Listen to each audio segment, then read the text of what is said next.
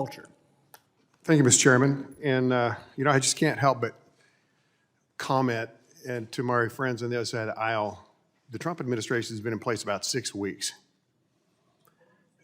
We've had an open border for 4 years. And so to try to hang this on the Trump administration or Elon Musk, that's beyond a stretch, Mr. Chairman. And I would think that would be obvious to most people, but apparently not. So I just need to add that to the record.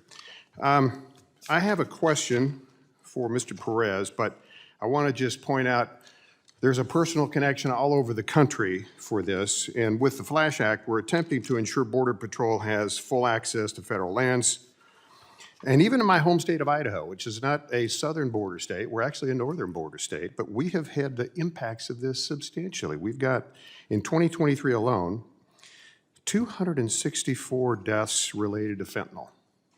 And we've had 568 emergency department visits due to opioid overdose, and there were some deaths that occurred as a result of that too. So this is impacting all of us in a very significant way. And in your written testimony, Mr. Perez, you mentioned that you have greater access to privately held borderlands through partnerships, which is understandably frustrating. Could you just expand on that? And then what do you mean by that? And forgive some of us, by the way, because we got dueling committees, so if this is a repeat, forgive me for that. But please talk about that through these partnerships. And then also, have there been cases where these restrictions to federal land have led to known escapes or the inability to apprehend? Yes, sir. Thank you for the question. So the partnerships that we've developed with ranchers that have privately owned land, they'll allow us to patrol their ranches. They benefit from it as well. They allow us to patrol the ranches, place infrastructure such as sensors, cameras. They allow us to go in and actually interdict groups of aliens that are coming across with smugglers, and also interrupt cartel activity.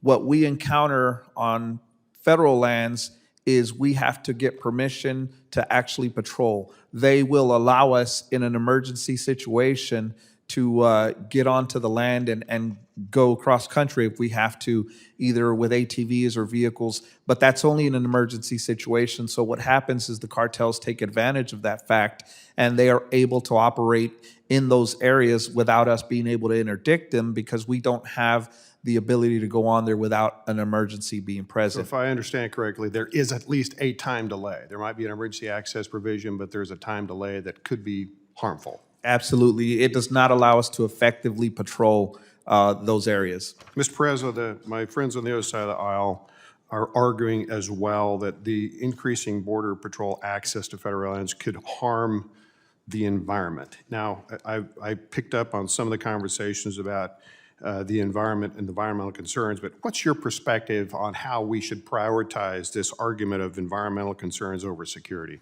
Well, the priority should always be security.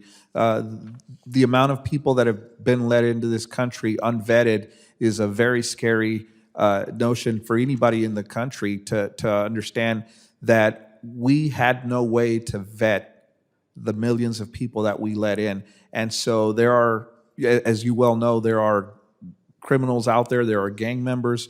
The administration right now is doing everything they can to apprehend and remove them, but because we weren't allowed to do the job for the last 4 years, it's become a critical situation. Thank you for that. Quick question for for the sheriff. Sheriff, you mentioned in your testimony that the smugglers frequently change their tactics.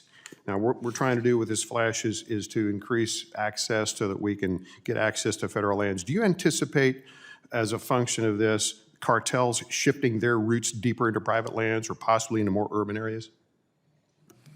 No, sir. I foresee them going to more of the remote areas. As a matter of fact, down in Big Bend National Park, what we spoke of just a few days ago, there was another group apprehended out in that way. We don't see a lot of activity in that specific area, but we do anticipate more activity in more of those rural areas versus those more urban-to-urban environments on both sides of the border.